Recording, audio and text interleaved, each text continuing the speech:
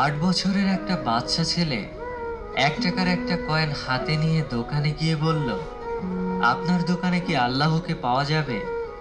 দোকানদার একথা শুনে কয়েনটি ছুঁড়ে ফেলে দিয়ে তাড়িয়ে দিল ছেলেটিকে। ছেলেটি পাশের দোকানে গিয়ে 1 টাকা দিয়ে চুপচাপ দাঁড়িয়ে রইল। দোকানি বলল, এই ছেলে, 1 টাকা দিয়ে কি চাও তুমি? ছেলেটি বলল, আমি আল্লাহকে চাই। আপনার দোকানে আছে? দ্বিতীয় দোকানদারও তাড়িয়ে দিল, কিন্তু অবুঝ ছেলেটি হাল ছাড়ল না। একটার পর একটা দোকানে ঘুরতে লাগলো। ঘুরতে ঘুরতে 40টা দোকান ঘোরার পর এক বয়স্ক দোকানদার জিজ্ঞাসা করলো, তুমি আল্লাহকে কিনতে চাও কেন? কি করবে আল্লাহকে দিয়ে? এই প্রথম কোনো দোকানদারের মুখে এরকম প্রশ্ন শুনে ছেলেটির চোখে মুখে আশার আলো ফুটে উঠল। নিশ্চয়ই এই দোকানে আল্লাহকে পাওয়া যাবে। হতচকিত কণ্ঠে উত্তর দিল, আমার তো বাবা নেই। এই দুনিয়াতে আমার মা ছাড়া আর কেউ নেই। আমার মা সারাদিন কাজ করে আমার জন্য খাবার নিয়ে আসে। আমার মা এখন হাসপাতালে। মা মরে গেলে আমি খাবো কি? ডাক্তার বলেছে একমাত্র আল্লাহই পারে আমার মাকে বাঁচাতে। আপনার দোকানে কি আল্লাহকে পাওয়া যাবে? লোকটি বলল, হ্যাঁ, পাওয়া যাবে। কত টাকা আছে তোমার কাছে? ছেলেটি বলল, মাত্র 1 টাকা। তিনি বললেন, সমস্যা নেই, 1 টাকাতেই আল্লাহকে পাওয়া যাবে। দোকানদার বাচ্চাটির কাছ থেকে 1 টাকা নিয়ে খুঁজে দেখল 1 টাকায় 1 গ্লাস পানি ছাড়া বিক্রি করার মতো কিছুই নেই। তাই ছেলেটিকে ফিল্টার থেকে 1 গ্লাস পানি ধরিয়ে দিয়ে বলল, এই পানিটা খাওয়ালেই তোমার মা সুস্থ হয়ে যাবে। পরের দিন একদল মেডিকেল স্পেশালিস্ট ঢুকলো সেই হাসপাতালে। ছেলেটির মায়ের অপারেশন হলো। খুব দ্রুতই তিনি সুস্থ হয়ে উঠলেন। ডিসচার্জের কাগজে হাসপাতালের বিল দেখে মহিলার অজ্ঞান হওয়ার মতো অবস্থা। ডাক্তার ওনাকে আশ্বস্ত করে বললেন, টেনশনের কিছুই নেই। একজন বয়স্ক ভদ্রলোক আপনার সব বিল পরিশোধ করে দিয়েছেন, সাথে একটা চিঠি দিয়েছেন। মহিলাটি চিঠি খুলে পড়ে দেখল, তাতে লেখা, আমাকে ধন্যবাদ দেওয়ার প্রয়োজন নেই।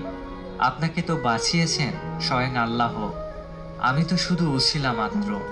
বরং ধন্যবাদ দিলে দিন আপনার অবুঝ বাচ্চাটিকে, যে 1 টাকা হাতে নিয়ে অবুঝের মতো আল্লাহকে খুঁজে বেরিয়েছে। তার বুক ভরা বিশ্বাস ছিল একমাত্র আল্লাহই পারে আপনাকে বাঁচাতে। এর নামই বিশ্বাস, এর নামই ঈমান। আল্লাহকে খুঁজে পেতে কোটি টাকা দান খয়রাত করতে হয় না।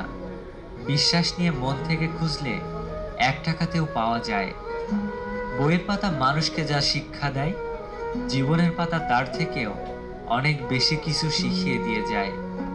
জন্ম নেওয়াটা ভাগ্যের ব্যাপার, মৃত্যু হওয়া সময়ের ব্যাপার, কিন্তু মৃত্যুর পরেও মানুষের মনে বেঁচে থাকাটা কর্মের ব্যাপার।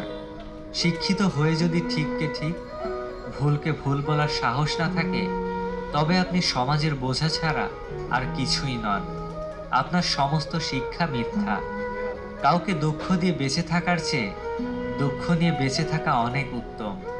কারণ নিজের কষ্টের জন্য কারো কাছে জবাবদিহি করতে হয় না, কিন্তু অন্যকে কষ্ট দিলে জীবনভর তার অভিশাপ মাথায় নিয়ে চলতে হয়। পৃথিবীর সবচেয়ে পুরাতন যন্ত্রের নাম ষড়যন্ত্র, যা যুগের পর যুগ সার্ভিসিং ছাড়াই চলে। 1 কেজি সোনার মূল্য 50 লক্ষ টাকা, 1 কেজি সাপের বিষের মূল্য 4 কোটি টাকা।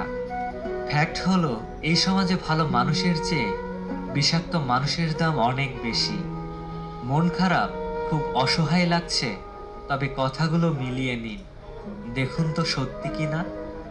মাথার উপর আপনার ছাদ আছে, শরীরে কাপড় আছে, দুবেলা খেতে পান, আর রাতে ঘুমানোর মতো জায়গা থাকলে বুঝবেন গোটা পৃথিবীর 75% লোকের চেয়ে আপনি ধনী।